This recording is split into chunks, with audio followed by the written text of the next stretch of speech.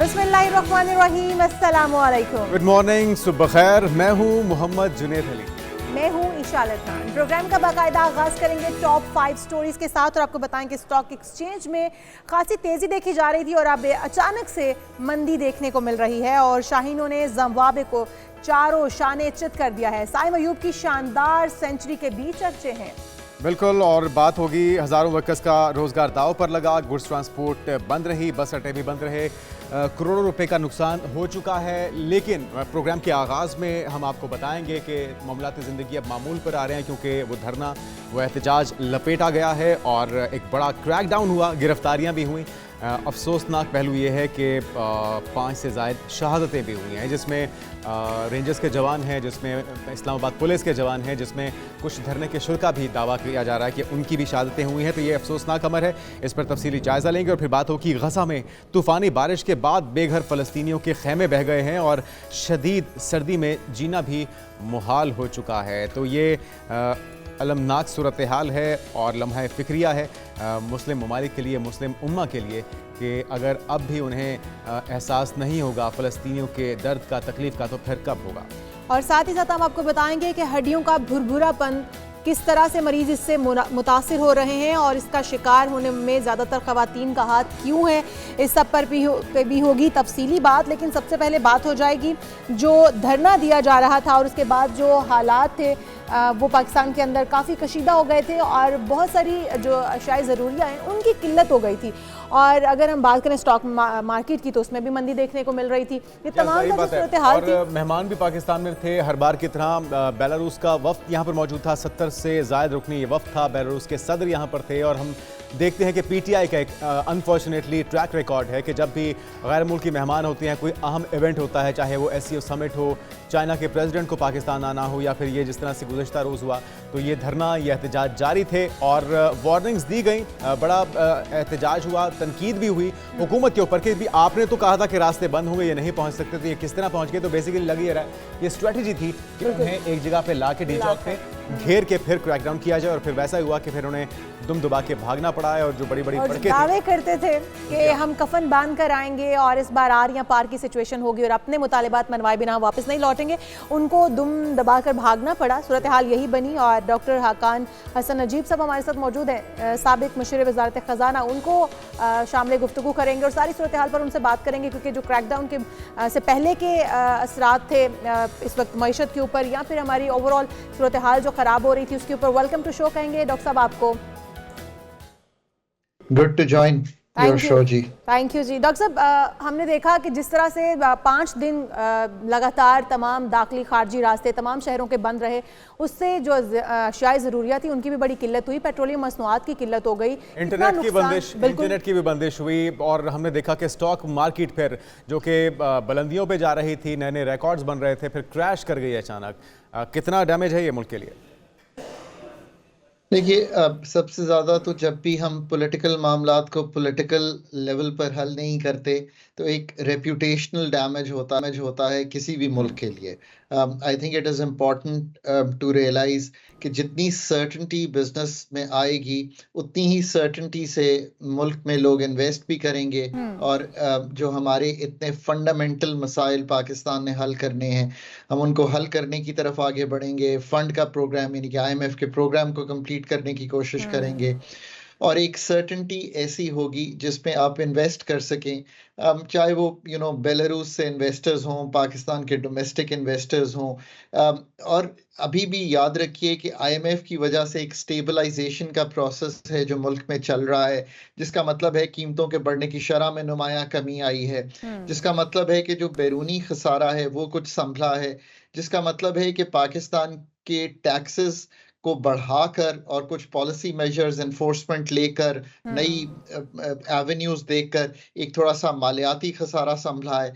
पर इसका कतई तौर पे ये मतलब नहीं है कि आपके जो फंडामेंटल इश्यूज हैं एनर्जी सेक्टर के, पाकिस्तान की ग्रोथ के, पाकिस्तान की ईज ऑफ डूइंग बिजनेस के, कॉस्ट ऑफ डूइंग बिजनेस के, ये अपनी जगह मौजूद हैं। अभी भी एक एग्जोडस है पाकिस्तान से, जो लोग बाहर जा रहे हैं, इसीलिए रेमिटेंसेस बढ़ती हुई दिखाई दे रही हैं। ये है एक ओवरऑल तनाजुल जिसमें मुल्क है। इसमें जितनी सर्टेनिटी क्रिएट करेंगे, चाहे वो पॉलिटिकल लीडरशिप्स बैठ के करें, एस्टैब्लिशमेंट, लेकिन किस तरह से किया जाए डॉक्टर साहब? हम देखते हैं कि कई कई महीने, कई कई हफ्ते, कई कई साल लग जाते हैं मार्केट को स्टेबल होने में, लोगों का, इन्वेस्टर्स का एतमाद बहाल होने में, लेकिन यूं चंद घंटों के अंदर जब इस तरह की गैर यकीनी सूरत हाल पैदा होती है, और ख़ासतौर पर हम देख रहे हैं कि मुख्तलिफ अहम शख्सियात की आमद हो या मुख्तलिफ किसी अहम समिट्स का या इवेंट का इनकाद हो, तो ये इस तरह के एहतजाज सामने आते हैं। तो ये लोग जो क्लेम ये करते हैं कि मुल्क के खैर खा हैं, क्या वाकई ये दोस्ती निभा रहे हैं या दुश्मनी? देखिए, पॉलिटिकल प्रोसेस को तो पॉलिटिकली ही हल होना है, इसमें तो कोई दो आरा नहीं हो सकती। एडमिनिस्ट्रेटिवली चाहे मैं अपने हाथ में लूं और आप आगे से रिएक्ट करें, ये चीज़ तो है ही मतलब अनकॉल्ड फॉर नहीं होनी चाहिए। और जैसे मैंने कहा कि reputational loss to a country is most important. Financial loss तो आप कैलकुलेट कर ही लेंगे इससे कि हमारा जो अथॉरिटीज कह रही हैं जी 190 अरब का है, उसमें तो खैर बहुत सी आप चीजें देख सकते हैं कि कितनी चीजें बंद हुई, वाकई क्या एक्सपोर्ट इंडस्ट्री बंद हुई, क्या कारखाने बंद हुए, क्या लॉजिस्टिक्स डिस्टर्ब हुए, तो that can always be come across. जो दिहाड़ीदार मजदूर था वो बहुत मुतासिर हुआ, क्योंकि 5 दिन अगर आपको एक जगह पर महसूर कर दिया जाए, बंद कर दिया जाए, तो फिर आप समझते हैं कि जो दिहाड़ीदार मजदूर है उसके घर का तो चूल्हा भी नहीं चला होगा। और इस एहतजाज के बायस इस वक्त जो पाकिस्तान की सूरत हाल हुई पड़ी है, मतलब ठीक है अब एहतजाज खत्म हो गया, वो भी क्रैकडाउन करना पड़ा गवर्नमेंट को, उसके बाद एहतजाज जो है वो खत्म हुआ, और एहतजाज जितने दिनों चला है उस सबका लॉस किस तरह से पूरा किया जा सकता है? क्योंकि कारोबार सारे बंद हो गए, जो दिहाड़ीदार मजदूर थे वो घरों में बैठ गए, उनके चूल्हे बंद हो गए। हमने देखा कि जो पेट्रोलियम मसनूआत थी वो ख़त्म होकर रह गई, उनकी शदीद किल्लत हो गई, और अगर कहीं पर मौजूद थी तो महंगे दामों मौजूद थी, शायद ज़रूरियाँ भी महंगी हो गई थी क्योंकि किसी के पास मौजूद ही नहीं थी, और जिनके पास थी वो महंगे दामों फ़रोख्त कर रहे थे। कितना बड़ा लॉस है और किस तरह से हम इससे संभलेंगे?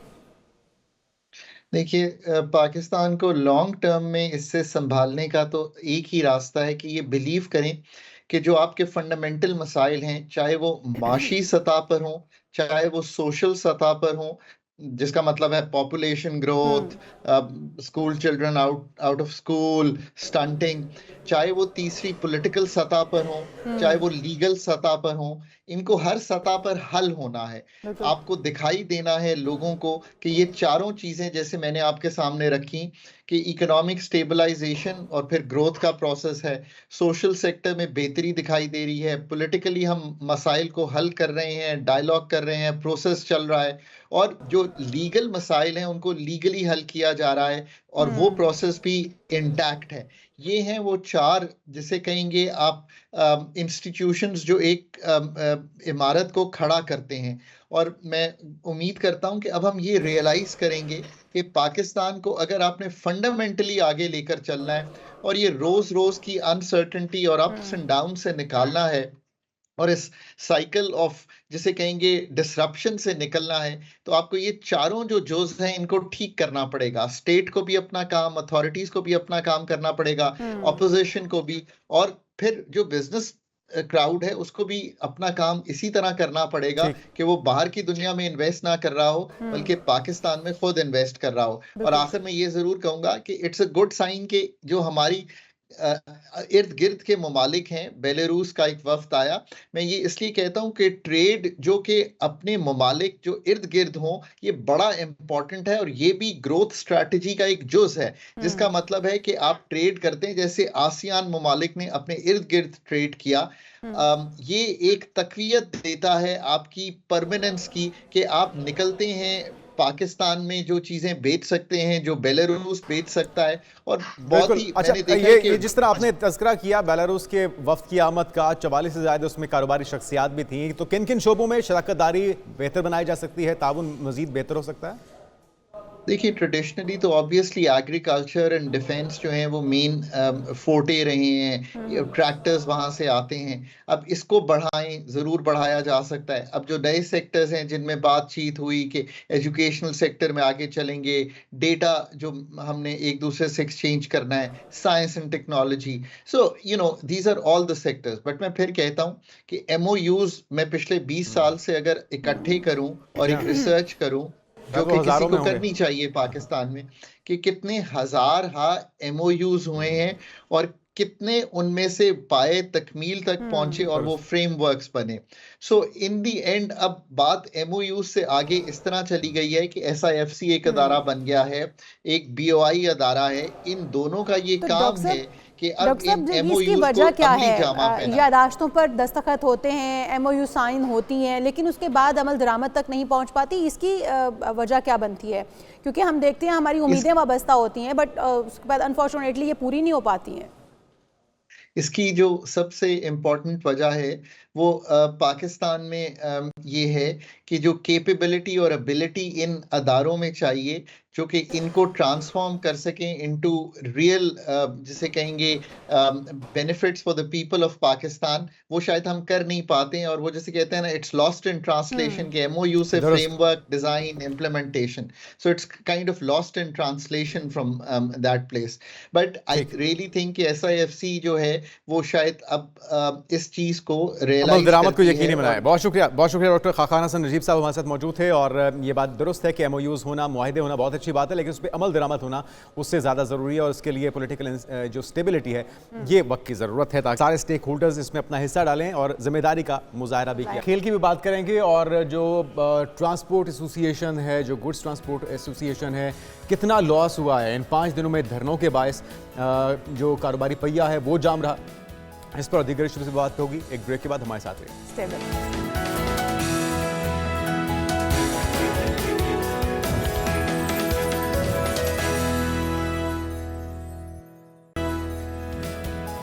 अजी वेलकम बैक। और हम बात कर रहे थे प्रोटेस्ट की, एहतजाज की, धरनों की, जिसकी वजह से नाकाबिल तलाफी नुकसान होता है।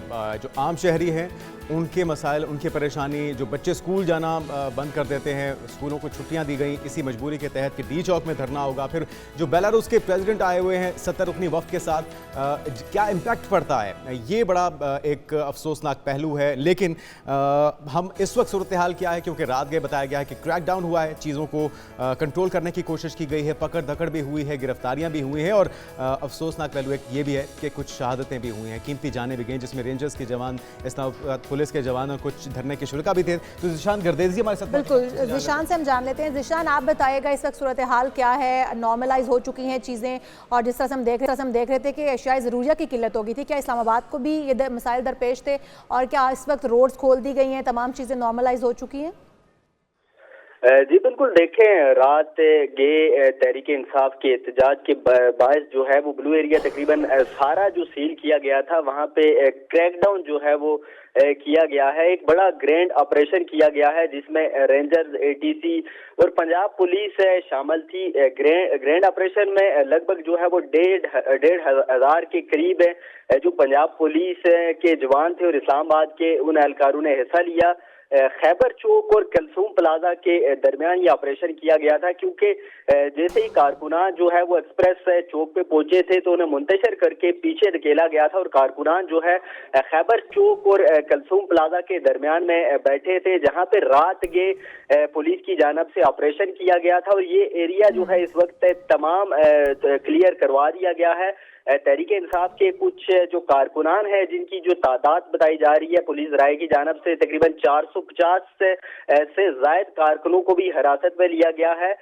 जबकि ब्लू एरिया के इतराफ में सर्च ऑपरेशन भी रात ये किया गया है। और इस वक्त जो है वो ब्लू एरिया, ये तमाम तर जो इलाका है वो क्लियर करवाया जा चुका है। और पुलिस की जानिब से और दीगर जो इंटेलिजेंस के इदारे हैं उनकी जानिब से इन तमाम तर इलाकों में जो है सर्च ऑपरेशन किया जा रहा है। ये भी बताइएगा जिशान कि एक तो मामलात ज़िंदगी क्या नॉर्मल होना शुरू हुए, मार्केटें, दुकानें, दफातर खुल रहे हैं, बच्चे स्कूलों की तरफ जा रहे हैं। और दूसरी चीज़ ये भी बताएगा कि रात गए में पता लगा कि CM KP अली अमीन गंडापुर और बुशरा बीबी एक ही गाड़ी में सवार होकर खैबर पख्तूनख्वा की तरफ रवाना हुए थे या फरार हुए थे। उनकी गिरफ्तारी, उनकी रिकवरी से मुतल्लिक कोई पेशरफ्त हुई? देखें रात के क्योंकि जैसे ही पुलिस की जानिब से सर्च ऑपरेशन किया गया तो जराए की जानिब से जो है अब ये बताया जा रहा है कि अली अमीन गंडापुर, बुशरा बीबी और उनके साथ जो है अपोजिशन लीडर उमर अयूब भी मौजूद थे। वो जो है वो रात के मानसेरा की तरफ रवाना हो गए हैं और जराए ये बता रहे हैं कि इस वक्त जो है वो वज़ीर आला खैबर पख्तूनख्वा बुशरा बीबी के हमरा मानसेरा के इलाके में मौजूद है। जबकि दूसरी जानब जो है वो मार्केटें जो है वो ताहाल जो है वो उस तरह से ओपन नहीं हुई क्योंकि मुतअद्दिद जो मार्केटें हैं वो अभी भी बंद हैं, लेकिन इक्का दुक्का जो मार्केट्स हैं वो खुलना शुरू हो गई हैं। मार्केट सभी खुली है, मुकम्मल तौर पर जो मामूलात ज़िंदगी हैं वो अभी तक बहाल नहीं हो सके। बहुत शुक्रिया ज़ीशान गर्देज़ी हमारे साथ मौजूद थे। बात वही कर रहे हैं कि संभलते संभलते शायद काफ़ी वक्त लग जाएगा, सभी बंद है, स्कूल शायद अभी उस तरह से नहीं खुल पाए हैं और जो सूरत हाल थी, जो बड़े बड़े दावे करके आए थे वो इस वक्त फरार हैं। यहाँ गुड्स ट्रांसपोर्टर्स का भी बड़ा नुकसान हुआ है, बस ओनर्स एसोसिएशन का भी उनके बड़े तहफ़्फ़ुज़ात हैं कि उन्हें आखिर किस चीज़ की सज़ा दी जा रही है। उनसे हम इस पर तफसीलन बात करेंगे एक ब्रेक के बाद। हमारे साथ रहिए।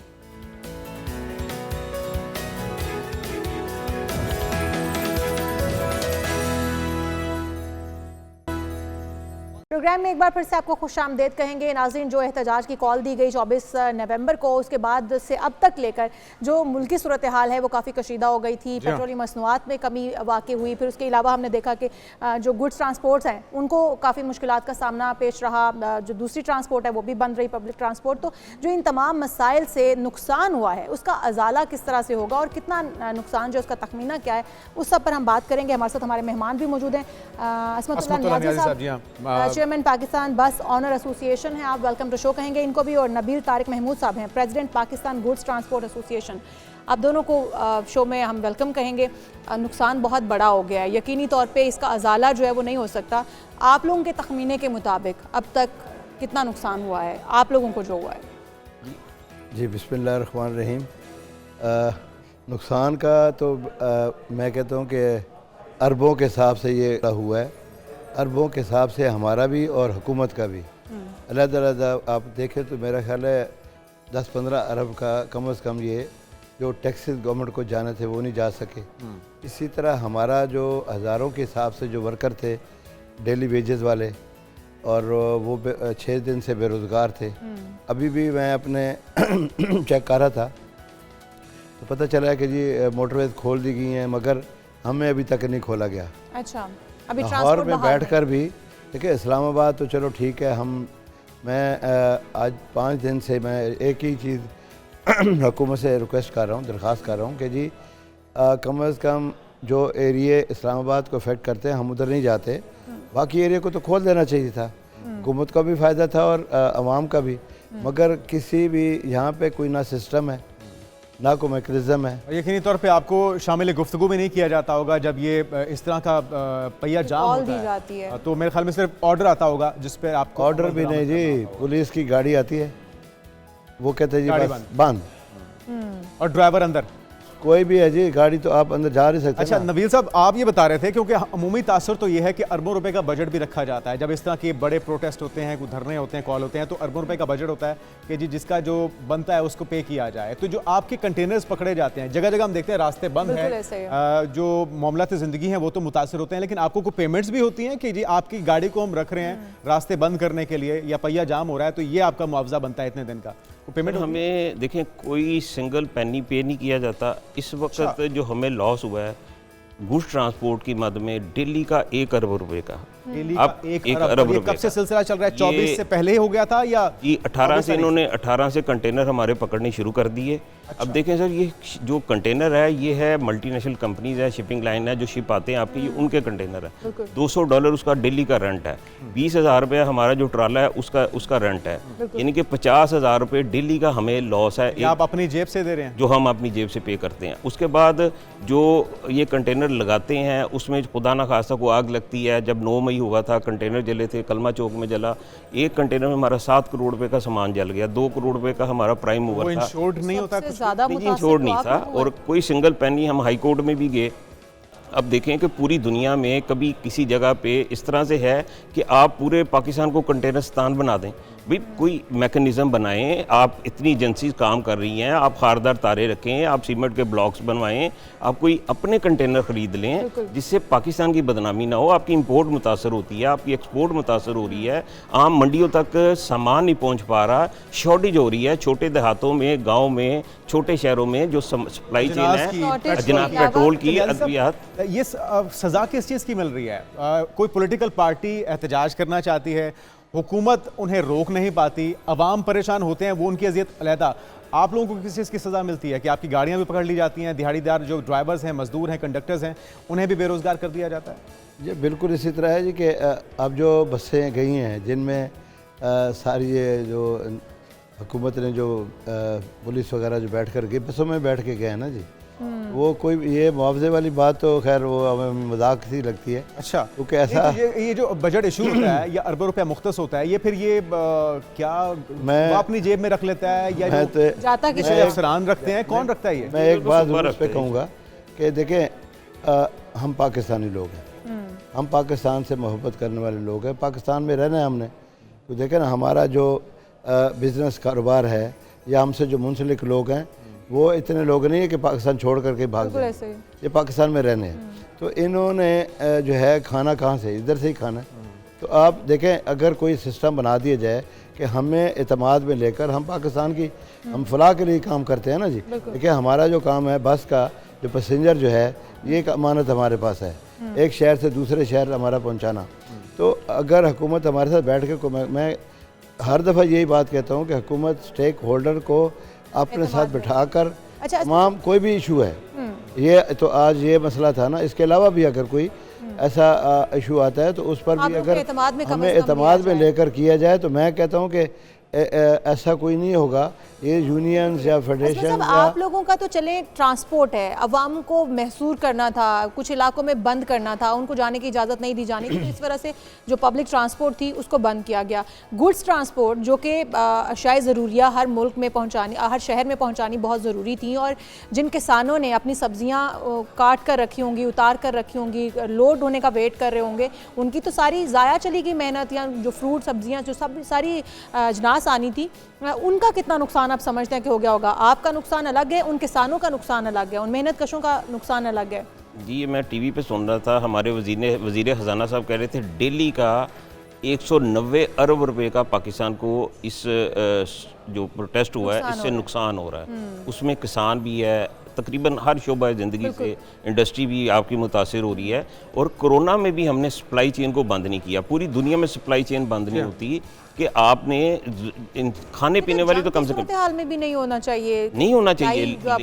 लेकिन देखें जी हमने वज़ीर दाखिला साहब को रिक्वेस्ट की, अभी मैं लास्ट हम 2-3 दिन पहले वज़ीर अपना सेक्रेटरी दाखिला के पास गए, उन्होंने चीफ सेक्रेटरी को हदायत की कंटेनर भी हमारे कंटेनर लोड कंटेनर है अल्लाह के बंदो, उसमें पेरिशेबल आइटम है, उसमें मेडिसिन है, उसमें खाने पीने की चीज़ें हैं, उसमें रॉ मटेरियल है, जो फैक्ट्रियाँ बंद हुई हैं, जो सामान नहीं पहुंचा। 25,000 से ज़्यादा कंटेनर हमारे पकड़े इन्होंने, और जो उसमें तकरीबन तमाम लोड कंटेनर थे। उसके बाद जो छोटे जो ट्रांसपोर्ट थी मज़दा या शाहजोर, वहाँ तक नहीं इन्होंने छोड़े, और तमाम लोड थे जो कि लोगों तक मंडियों तक सामान नहीं पहुँचा ना। 24 नवंबर की कॉल तो पीटीआई की जानिब से पहले से दी जा चुकी थी। क्या गवर्नमेंट ने आप लोगों को कोई अल्टीमेटम ही दिया हो कि बंद किया जा सकता है, ट्रांसपोर्ट का इदारा भी बंद हो सकता है, ये वाली मुश्किलात आ सकती हैं? कोई हिंट भी दिया हो आपको कि आप लोगों को पता हो कि आप अवेयर हो, इस चीज़ के लिए तैयार हो मेंटली? सालों साल से आप देखें यही हमने इनको रिक्वेस्ट की है कि इसका कोई सिस्टम बना लें, आप हमसे कंटेनर लाइनों से रेंट पे लेके जहाँ पे आपने रास्ता ब्लॉक करना है वहाँ पे रख लें।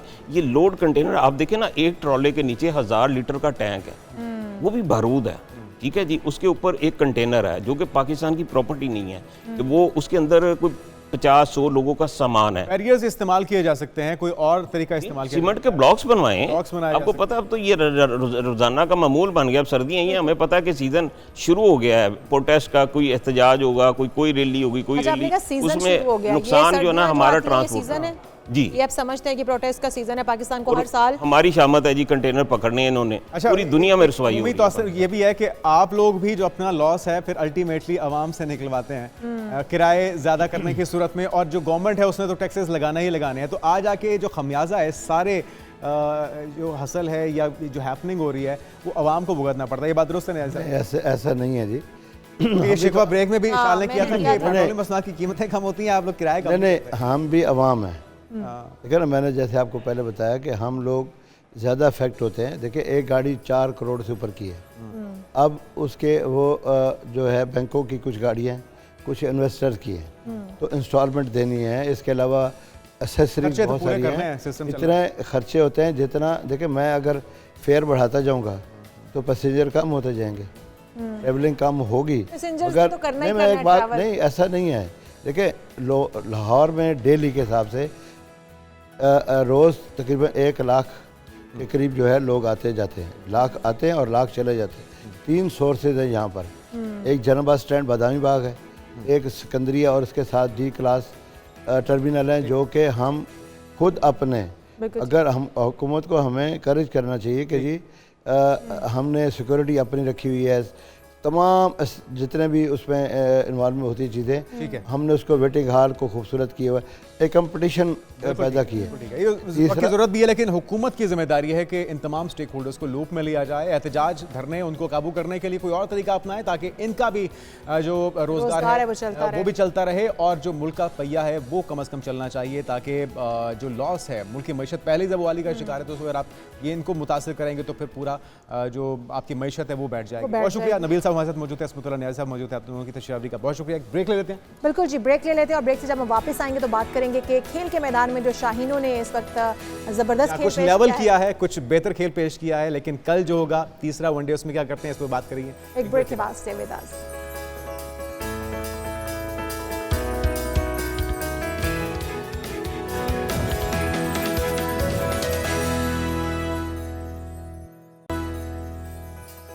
अजीम, ब्रेक के बाद खुशामदीद, सुबह खैर। और कुछ बात हो जाए पाकिस्तानी टीम की कारकर्दगी की, जो कि काफ़ी बेहतर हुई है। पाकिस्तान ने ओपनर साइम अयूब की शानदार सेंचुरी की बदौलत जिम्बाब्वे को दूसरे वनडे में 10 विकेटों से शिकस्त दे दी है और सीरीज़ को 1-1 से बराबर भी कर लिया। और हमने कहा भी था कि इस मैच में जीतना बहुत ज़रूरी है अगर आपने सीरीज़ अपने नाम करनी है। तो तीसरा और जो फाइनल मैच है वो तो कल होगा, लेकिन अब पलड़ा बराबर हो चुका है। बिल्कुल ऐसा ही है, और पाकिस्तानी टीम की जो बैटिंग लाइन है उसने काफ़ी अच्छी परफॉर्मेंस पेश की है, और हम बॉलर्स जो हमारे, उन्होंने भी बड़ा जमकर खेला है और 145 तक महदूद कर दिया था मेज़बान टीम को। हम हमाद सदीकी साहब से जानेंगे, लेकिन उससे पहले हम एक रिपोर्ट है हमारी पाकिस्तानी शायकीन ने क्रिकेट के लिए हमने जो तैयार की है पाकिस्तानी टीम की परफॉर्मेंस के ऊपर, वो पहले देख लेते हैं। Bowled him. Is that an edge? Goes again, straight to the man. That's close, that is close, Given. Bowled him. Zimbabwe के खिलाफ पहला मैच 80 रन से हारने के बाद कौमी शाहीनों की 10 विकेटों से कामयाबी। पाकिस्तानी स्पिनर्स की घूमती बॉल्स के सामने जिम्बाब्वे टीम 145 रन पर ढेर हो गई। डायनमर ने 33 और सेन विलियम्स 31 रन के साथ नुमाया रहे। पाकिस्तान के डेब्यू करने वाले अबरार अहमद ने 4 और सलमान अली आगा ने 3 खिलाड़ियों को पवेलियन की राह दिखाई। Is that an edge? Yes, it is. 146 run का हदफ पाकिस्तानी ओपनर्स ने धुआंधार बैटिंग करते हुए 19वें ओवर्स में ही मुकम्मल कर लिया। साइम अयूब ने 17 चौकों और 3 छक्कों की मदद से पहली वनडे सेंचुरी 113 रन बनाए, जबकि अब्दुल्ला शफीक 32 रन के साथ नाकाबिले शिकस्त रहे। Heaved away in the air. One bounce for 4. Emphatic. A smile. दोनों टीमों ने सीरीज का एक मैच जीत रखा है। सीरीज का फैसला कुन मैच जुमेरात को खेला जाएगा। जो टीम जीतेगी ट्रॉफी अपने नाम कर लेगी। That's his signature stroke. नाज़रीन, आपने रिपोर्ट देखी है, हमारे साथ मौजूद हैं हमाद सिद्दीकी साहब, स्पोर्ट्स जर्नलिस्ट। आपको वेलकम कहेंगे। हमाद भाई, पाकिस्तान मॉर्निंग में कभी हम 80 रन से हार जाते हैं, कभी 10 की 10 विकेटों से जीत जाते हैं। आखिर कब हमारे जज्बात से खेलना बंद करेंगी पाकिस्तानी टीम के तमाम प्लेयर्स? थैंक यू जुनेद, बहुत बहुत शुक्रिया। बिल्कुल सही कह रहे हैं, हमारे जज्बात से खेलना ट्रू रिफ्लेक्शन है हमारी, वो जो टैग है हमारे ऊपर अनप्रेडिक्टेबल का कि जिम्बाब्वे जब भी हम जीत कर खुश हो रहे हैं, मतलब ये कोई अचीवमेंट तो नहीं है कि इसके आप आसानी आप स्वीप करना चाहिए था। चाहिए जाए कि हम पहला match Duckworth and Louis method के तहत जो वो 80 रन से आ जाते हैं। अब प्रिपरेशन क्या है, गेम अवेयरनेस क्या है, कैलकुलेशन क्या होती है जब आपको फोरकास्ट नजर आ रही होती है। इतना बारिश होगी, आपने ठीक है टॉस जीता, आपने दोबारा बैटिंग चेज किया, तो आपको चेज में कम से कम मैच के अंदर रहना चाहिए था। ये नहीं कि आपके 6 खिलाड़ी 8 के स्कोर पे, और फिर अगर वो मैच पूरा भी हो जाता, बारिश ना भी होती, तो हम 205 नहीं कर पाते। तो आपको रहा है कि हमारी इनकंसिस्टेंसी जो है ना वो इवन जिम्बाब्वे जैसी टीम के अगेंस्ट भी है। यस, अगेंस्ट अच्छा, एक चीज ऑस्ट्रेलिया इससे एग्री करेंगे हमाद भाई कि कुछ आउट ऑफ सिलेबस आ जाए अगर हमारी टीम के सामने तो वो परेशान हो जाती है, उनके हाथ पांव फूल जाते हैं। यही हम ऑस्ट्रेलिया के खिलाफ भी देखा और यही जिम्बाब्वे जैसी आसान टीम के खिलाफ भी वही हुआ। जुनैद, मैं मान लूं बात, लेकिन जिम्बाब्वे का कोई मुकाबला नहीं ना हमारी टीम से। आप देखिए, कोई आपके मुकाबले की बराबर टीम हो तो आप कहें यार चलें मैच अच्छा हो गया, लेकिन आप ऐसी टीम के खिलाफ खेल रहे हैं जो आईसीसी की टॉप 10 रैंकिंग में भी नहीं आती।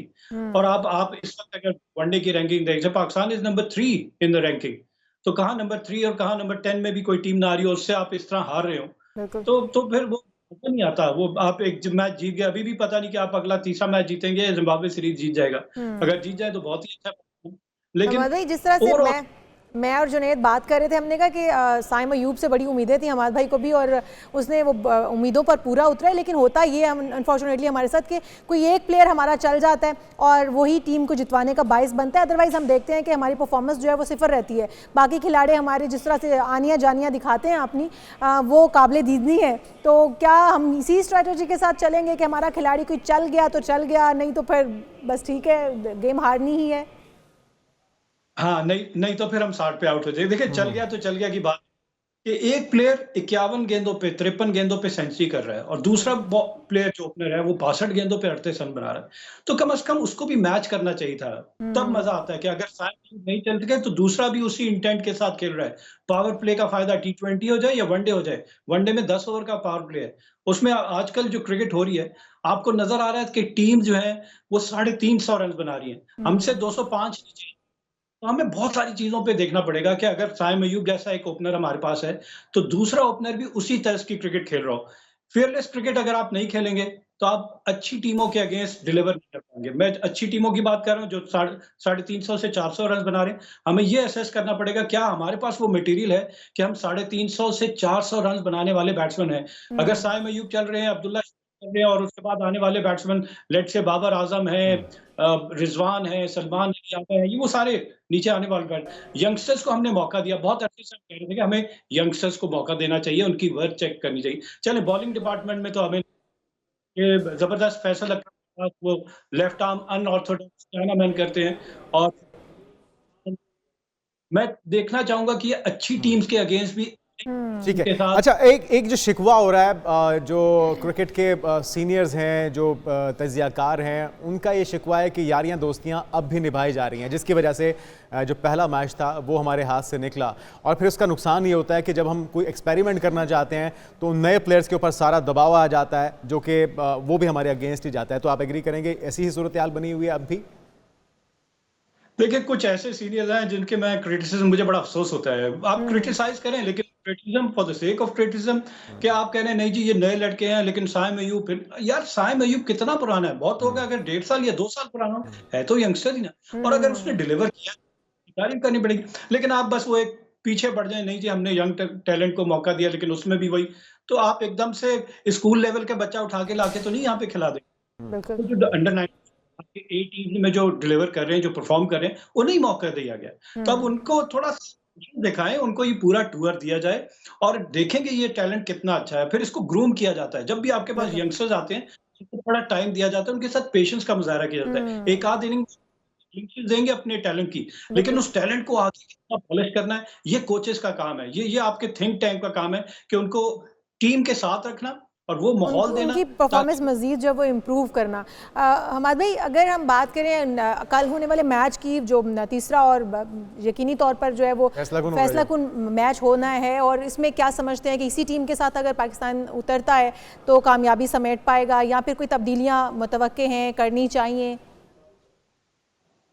देखिए, पिच की कंडीशन को देखें। आपने पिछले मैच में मोहम्मद हसनैन को खिलाया, इस मैच में अबरार को और एक और तैयब ताहिर को आपने डेब्यू कराया, और अबरार से नया बॉल आमिर जमाल के साथ अबरार से आपने स्पिन। अगर तो ऐसी पिच है जिसमें हमारे स्पिनर्स ने जबरदस्त बॉलिंग की, जिसमें आप अबरार की बात कर लें, सलमान अली आगा की बात कर लें, फैसल अकरम की, साइम अयूब, 4 स्पिनर्स बहुत अच्छे बॉल करके दी। अगर तो ऐसी पिच है और हमारे कैप्टन रिजवान पिच को बहुत अच्छा रीड करते हैं और लकीली पाकिस्तान अगर टॉस जीत जाता है तो फिर आप उसके हिसाब से पूरी अपनी प्लानिंग कर सकते हैं। लेकिन पाकिस्तान हाई ऑन कॉन्फिडेंस में ये कहूंगा, ये 10 विकेट की जो विक्ट्री है ना, ये आपको साइकोलॉजिकल बूस्ट देता है। आपकी ओवरऑल अगर जिम्बाब्वे के अगेंस्ट ये सेकंड 10 विकेट विक्ट्री है ओवरऑल पाकिस्तान की है, छठी है 10 wicket victory in one day international. तो जब भी आप अच्छे मार्जिन से जीतते हैं तो आपकी टीम को ये पता चल जाता है कि हम दूसरी टीम से कितना बेहतर हैं।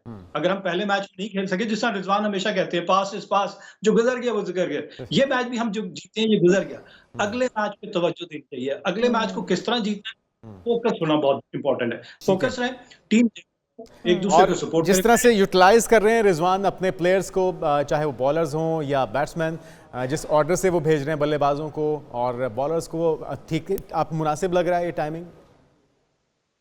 रिजवान जबरदस्त कैप्टन, इसमें कोई शक नहीं है। रिजवान जैसा कैप्टन हमें अगर पहले इनको कैप्टनसी दे दी जाती तो टीम ज्यादा अच्छा लड़ती हुई नजर आती। एक ऐसा प्लेयर जो अपनी कुर्बानी देने को तैयार है और वो होता है टीम। तो रिजवान 100% टीम मैन जनाब, और आपको नजर आएगा कि ये टीम हर मैच में लड़ती हुई नजर आएगी। हाँ, एक आध मैच में मैं कहूंगा वहां इनकी गलती है जो कि उन्होंने एक्सेप्ट भी की, लेकिन ओवरऑल अगर देखा तो रिजवान आप मुतमईन हैं? बिल्कुल ठीक है। अच्छा, कल के मैच के हवाले से आपकी प्रेडिक्शन क्या है और अगर टॉस जीतते हैं तो फिर क्या फैसला करना चाहिए? देखिए, फोरकास्ट को देखना, मद्देनजर रखना पड़ेगा कि बारिश एक्सपेक्टेड तो नहीं है, और अगर टॉस जीतते हैं तो फिर जाहिर है पिच को रीड करें, पिच पे ग्रास है नहीं है, पिच पे क्रैक्स हैं, स्पिनर्स खिलाने चाहिए, वो सारी ये तो वहां की पिच कंडीशन देखने के बाद रिजवान और कोचेज जो है वो फैसला करेंगे। नहीं, वैसे अमूमी तौर पे चेज करने में हम ज्यादा अच्छे नहीं हैं, तो आपकी राय क्या है, मशवरा क्या है? देखिए, ये डिफरेंट, आप डोमेस्टिक क्रिकेट में ये चेज करने वाले आपके पास, लेकिन चेज कर रहे होते हैं ना, आपके ऊपर नीचे 2-3 विकेटें गिर जाएं तो आपको मेंटली आने वाले बैट्समैन कितना टफ है। ये नहीं कि अगर हाथ छोड़ दें, आपको कहना है कि मैं खड़ा हुआ हूं और मुझे सिर्फ एक पार्टनरशिप, इतनी छोटे मैचेस जो होते हैं ना, इसमें एक पार्टनरशिप मैच होती है। तो प्लेयर्स को एबिलिटीज के ऊपर कॉन्फिडेंस होना, सेल्फ बिलीफ होना, और साथ साथ दूसरे को अपने साथ खिलाने का एक आर्ट है। बिल्कुल ठीक, ये आपने बड़ी अहम बात की और अच्छी बात की है, इस पे अमल दरामद भी होना चाहिए। हमारे सिद्दीकी साहब हमारे साथ मौजूद थे। एक तो कॉन्फिडेंस का होना और टीम की तरह खेलना। जब आप टीम की तरह खेलते हैं तो बड़ी से बड़ी टीम हमने देखा है कि पाकिस्तान उसे शिकस्त देने में कामयाब रहा, और ये सिलसिला आगे भी अगर हम देखेंगे तो उसके नताइज भी अच्छे रहेंगे। हम यहाँ पर एक ब्रेक शामिल करेंगे और ब्रेक से जब हम वापस आएंगे तो आपको बताएंगे कि गालिब सर्वे क्या कहता है, पसंद की शादी कितने लोग चाहते हैं कि होनी चाहिए और कितने लोग इसके खिलाफ हैं। तो एक ब्रेक के बाद स्टे विद अस।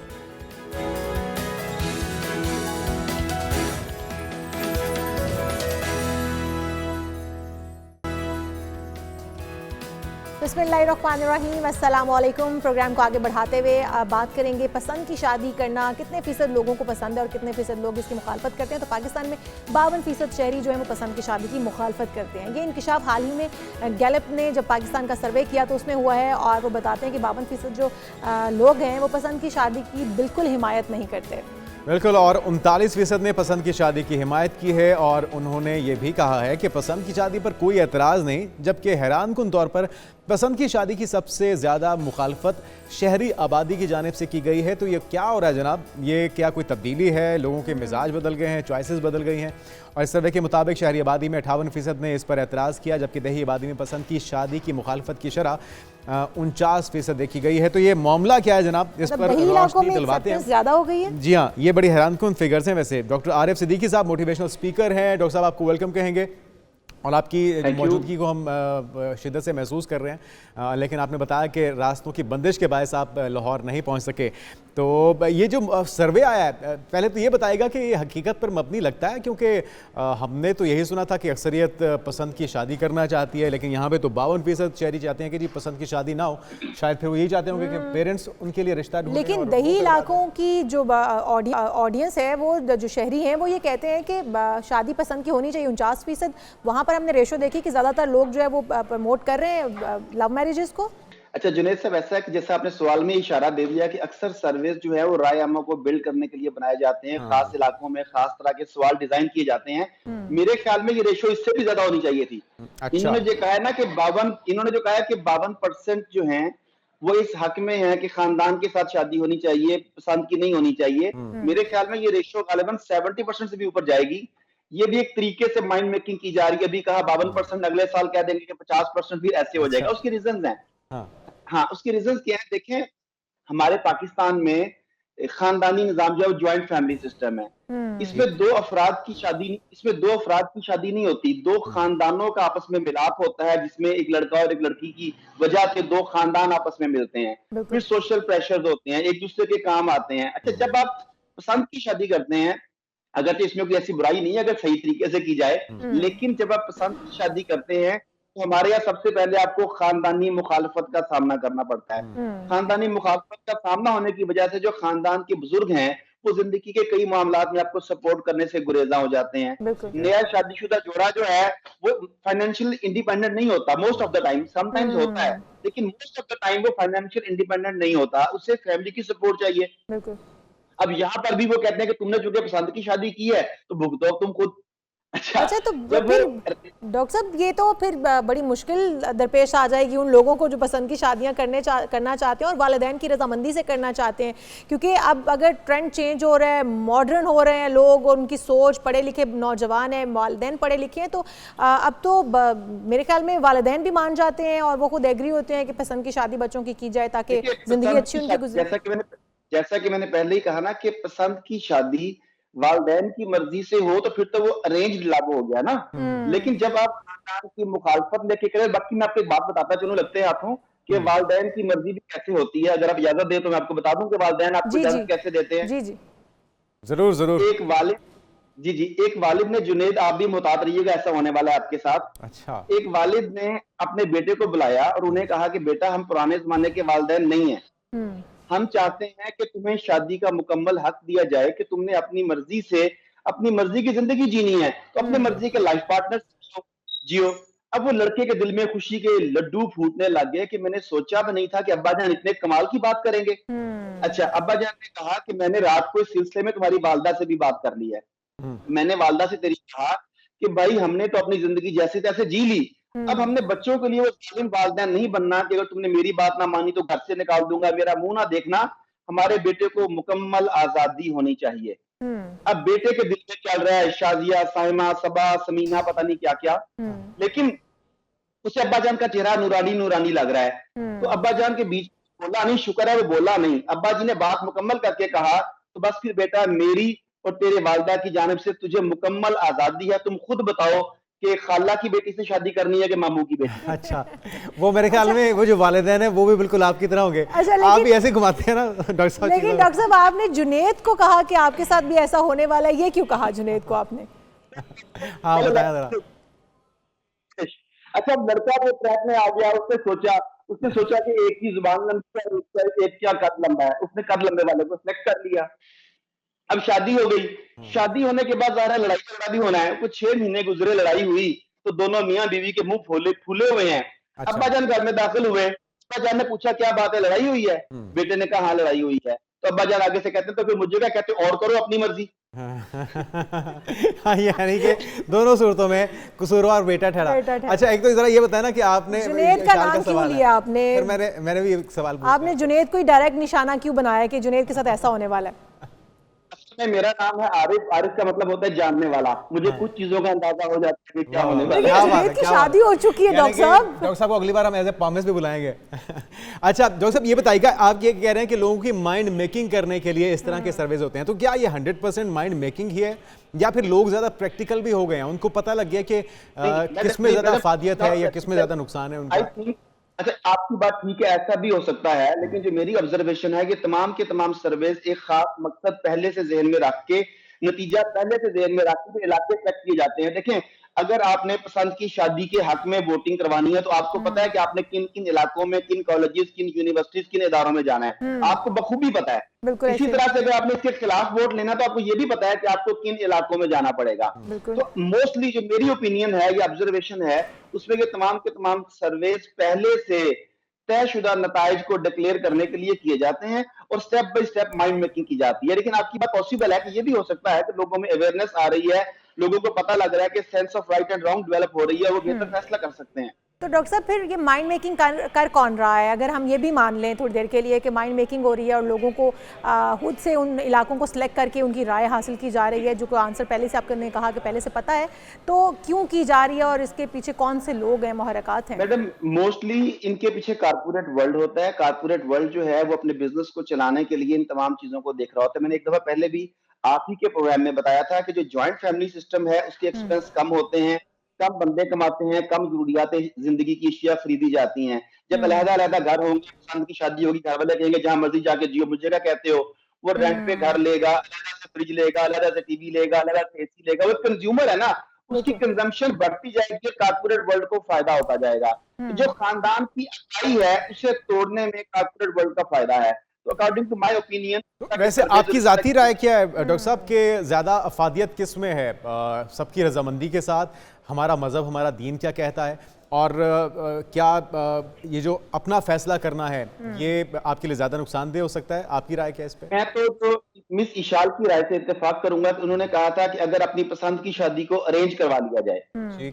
मतलब मैं इसके वास्ते हूँ कि देखें, आप जवान हैं, आपको खानदान में, आसपास कुलीग में, पढ़ने वालों में आपकी नजर पड़ती है, आपको पार्टनर पसंद आता है, बजाय इसके कि आप कोई गैर अखलाकी या गैर मशरती रवैया अख्तियार करें, उससे बात करें, वालिदैन से बात करें, दूसरे के वालिदैन को मिलवाएं, इसको अगर अरेंज कर लिया जाए इसके अंदर तो फिर डॉक्टर साहब ये जरा जिम्मेदारी का मुजाहरा फिर पेरेंट्स को भी करना होगा, क्योंकि हम तो आम देही इलाकों में देखते हैं कि गैरत का मसला बन जाता है। यहाँ पे तो कत्लो गारत हो जाती है अगर लड़का लड़की अपनी पसंद का इजहार ही कर दें। जी बिल्कुल, एजुकेट करना पड़ेगा। और इसमें कई बातें ना, मेरे पास क्योंकि ऐसे केसेस भी आते हैं कि वालिद ने आके कहा कि मैंने जुबान दी थी फलाने को, तो मसला ये है कि बेटे ने भी तो जुबान ही दिया ना किसी को। अगर जुबान देना इम्पोर्टेंट है तो बेटे ने तो जुबान दी थी। इसके लिए जरूरी है कि शुरू में मैडम, जब एक सेकंड मुझे कंप्लीट कर लीजिए, इसका हल भी बता दूं ना साथ ही, कि जब बच्चा बालिग होता है 14, 15, 16 साल का, तो उस वक्त से घर में एतमाद की फजा कायम करनी चाहिए। बच्चे के साथ ऐसी बातें करनी चाहिए कि बच्चे को ये पता लगे कि मुझे अपने तमाम मामला घर वालों से शेयर करने हैं। घर वाले मेरी राय को, मेरी पसंद नापसंद को अहमियत देंगे, मे भी रिजेक्ट भी कर दें, मगर कोई रीजन होगी ना उसकी। मुझे आजादी होनी चाहिए कि मैं घर वालों से बात कर सकूं। तो ये एतमाद की बनाना बहुत जरूरी है। और डॉक्टर साहब, जो एक और चीज़ भी है कि अगर वालिदैन ने कहीं ज़ोर ज़बरदस्ती से कि मैंने ज़बान दे रखी है इसलिए शादी कर दी, तो हम ये देखते हैं कि वो रिश्ते बहुत लंबे देर तक चलते नहीं हैं, या फिर लड़का या लड़की एक्स्ट्रा मैरिटल अफेयर चल रहे होते हैं, वो अपनी पसंद फिर भी बाहर ढूंढ लेते हैं। तो क्या ये बेहतर रहेगा कि हम बच्चों की राय लें और उनकी मर्ज़ी के मुताबिक शादियाँ कर दें, बजाय इसके कि हम एक्स्ट्रा मैरिटल अफेयर्स को प्रमोट करें? जब आप उसकी पसंद से उसका लाइफ पार्टनर उसे चुनने की इजाज़त नहीं देते हैं, तो अल्टीमेटली क्या होगा कि वो बाहर जो है वो अपने पसंद का साथी ढूंढ लेगा। तो उससे कितने नुकसानात हो सकते हैं? एक घर जो आपने जोड़ा वो टूट सकता है, कौन से नुकसानात हैं उनके ऊपर भी रोशनी डालिएगा। देखिए शायद बिल्कुल ठीक कह रही हैं कि जिसने जिंदगी गुजारनी है उसकी पसंद नापसंद को तो हमारा दीन भी अहमियत देता है। अगर लड़की के मामले में देखें कि वालिदैन को कफील बनाया गया है, उसका कि वकील बनाया गया है, वो बताएंगे, वो मशवरा देंगे, लेकिन लड़की की पसंद फिर भी उसमें रखी गई है कि उसकी इजाजत होगी, साथ तो निकाह होगा ना। अच्छा, अब इसमें मुख्तलिफ ओपिनियंस है हमारे, मुख्तलिफ मसालत की। कोई कहते हैं कि लड़की ना भी माने तो फिर भी जबरदस्ती निकाह हो सकता है, कोई कहते हैं कि नहीं लड़की की ओपिनियन होनी चाहिए। ये मामला हम जो हमारे दीन के आलिम हजरात है उनके ऊपर छोड़ते हैं, हम उसके समाजी और नफ्सियाती पहलू पर बात कर लेते हैं।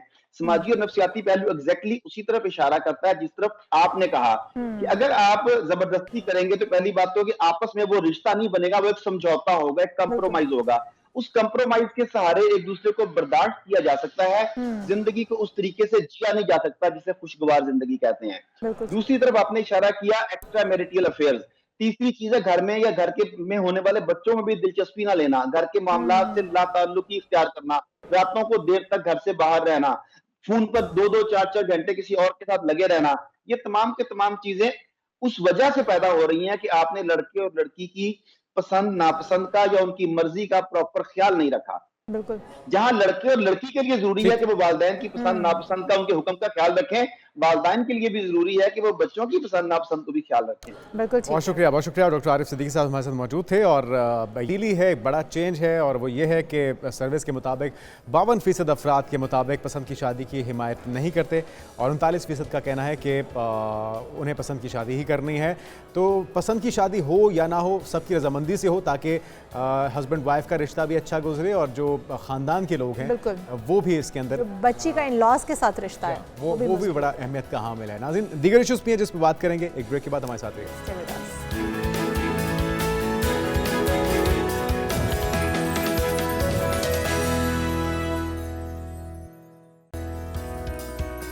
प्रोग्राम में एक बार फिर से आपको खुशामदीद कहेंगे नाज़रीन। बाबा सहाफ़त मौलाना ज़फ़र अली ख़ान की बरसी आज मनाई जा रही है और मौलाना ज़फ़र अली ख़ान 19 जनवरी 1973 को मौलवी सिराजुद्दीन अहमद के यहाँ गुजरांवाला के एक गांव कोट मीरठ वज़ीराबाद में पैदा हुए थे। जी हाँ, मौलाना ज़फ़र अली ख़ान का शुमार मुस्लिम लीग के बानियों में होता था और उन्हें उनकी बेबाकी और हक़गोई के बायस अपने अहद के यजीदों को ललकारने, सल्तनत बरतानिया के ख़िलाफ़ लिखने के जुर्म की पादाश में कई बार बंदिशों का भी सामना रहा और उन्हीं के हवाले से एक रिपोर्ट देखते हैं। और नाज़रीन, अब आगे बढ़ते हुए बात करते हैं एक ऐसी बीमारी की जिसमें मर्द और ख़ास तौर पे ख़वातीन इसका शिकार होती हैं और वो है ऑस्टियोपोरोसिस। ये एक ऐसी दायमी जोड़ों की बीमारी है जो ज़्यादातर दरमियानी और फिर बड़ी उम्र के बालिग़ अफ़राद को मुतासिर करती है और ऑस्टियोपोरोसिस जोड़ों के जो दरमियान का सबब बनता है। इसमें बहुत से मसाइल होते हैं और अक्सर बुजुर्गों को तो हम इसका शिकार देखते हैं। बिल्कुल ऐसा ही है। हमारे जो बड़े हैं, माएँ हैं या हमारे वालिदैन, जो वो इस बात का शिकायत करते हैं कि उनके घुटनों में दर्द है, उनकी बैकबोन में या इस तरह की जो उन्हें कमर, शोल्डर, ये तमाम खिंचाव फील करते हैं और वो दर्द महसूस करते हैं। इस पर बात करने के लिए हमारे साथ मौजूद हैं डॉक्टर आमिर सोहेल, कंसल्टेंट है, orthopaedic sports surgeon. Welcome to show कहेंगे डॉक्टर साहब। Thank you madam, thank you Vishal, thank you.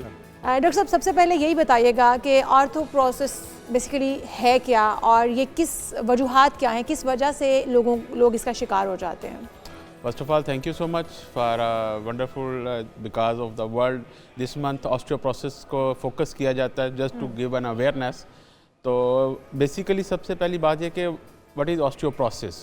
Osteoporosis या हड्डियों का भुरभुरापन हो जाना, ये एक खामोश बीमारी है जिसका कोई पता ही नहीं चलता कि आप इसका विक्टिम बन चुके हैं और आपको पता ही नहीं चलता।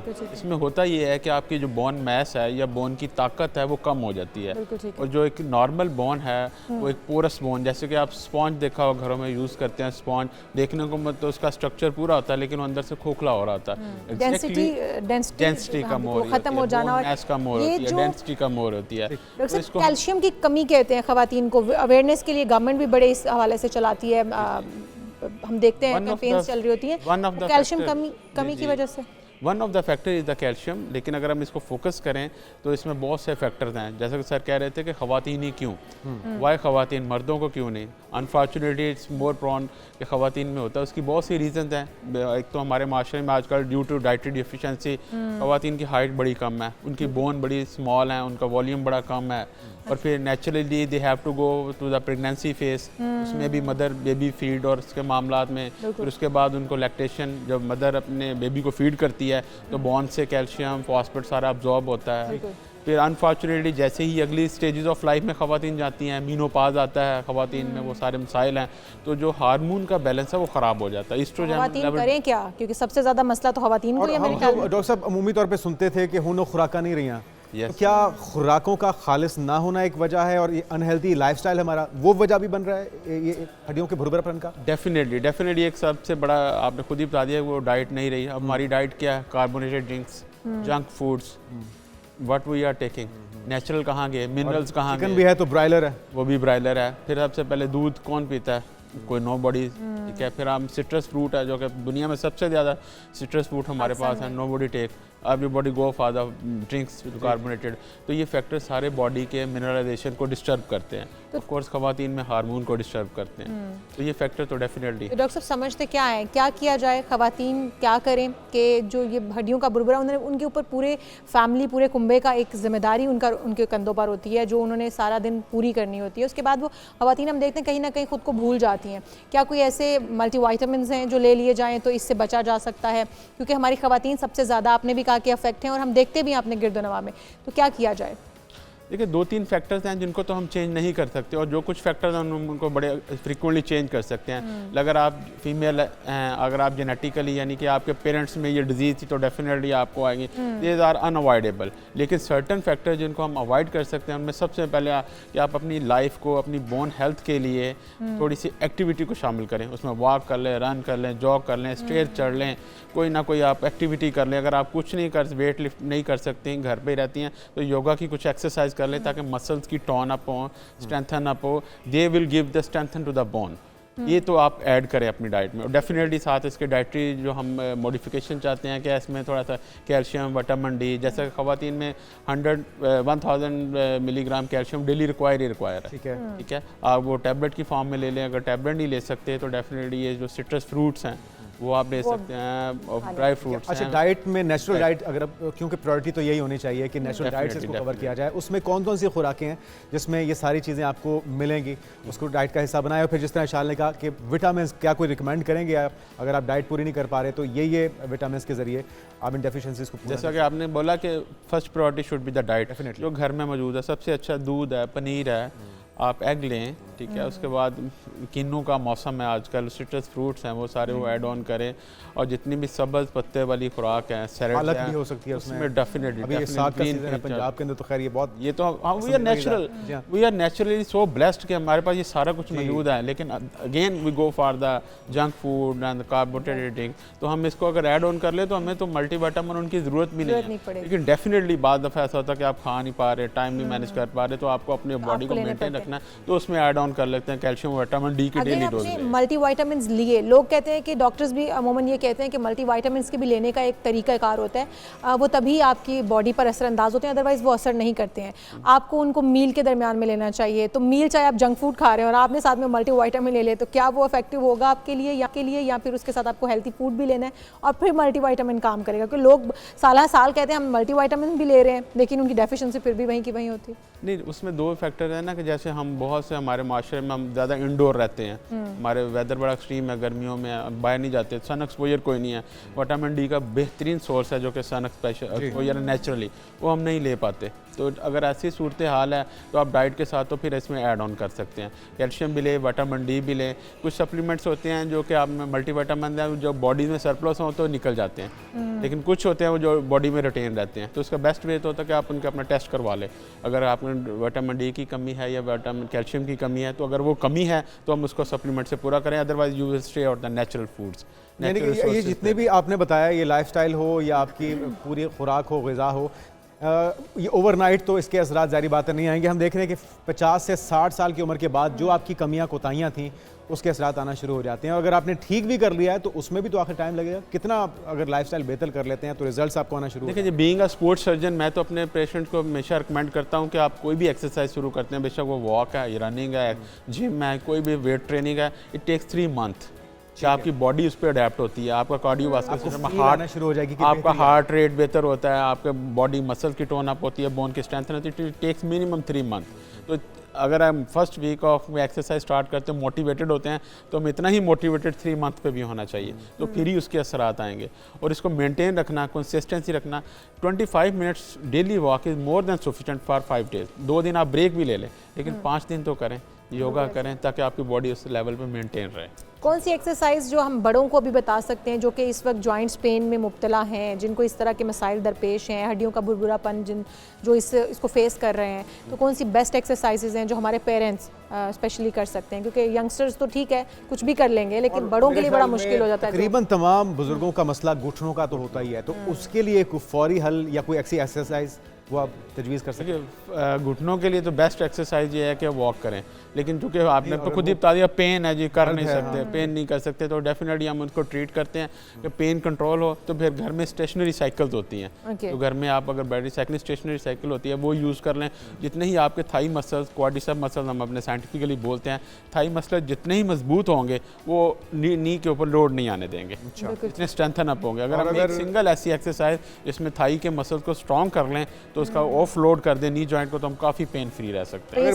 फाका नहीं हो रहा, अगर इससे फाका नहीं हो रहा तो फिर क्या कोई डिस्क चेंज करने का भी ऑप्शन होता है डॉक्टर साहब? देखिए, वो तो फिर सर्जिकल ऑप्शन है। अब चूँकि बीइंग अ स्पोर्ट्स सर्जन बहुत से रिसेंट एडवांसेज हो गई। एक वक्त था जी इसका एंड स्टेज है जी जॉइंट ही रिप्लेस होना, अब उससे पहले आपका PRP लगा सकते हैं, स्टेम सेल दे सकते हैं, कॉर्टिसोन दे सकते हैं। बहुत से तरीका इलाज आ गए हैं जो जिद्दत के साथ आप उसमें ऐड ऑन कर सकते हैं before going to end stage किसको। अच्छा, जिस तरह ये ठंड का मौसम आ रहा है, मौसम चेंज हो रहा है, तो सर्दियों में ये दर्द आपको ज़्यादा फील होते होंगे बुजुर्गों को, उसके लिए फिर वो क्या कर सकते हैं?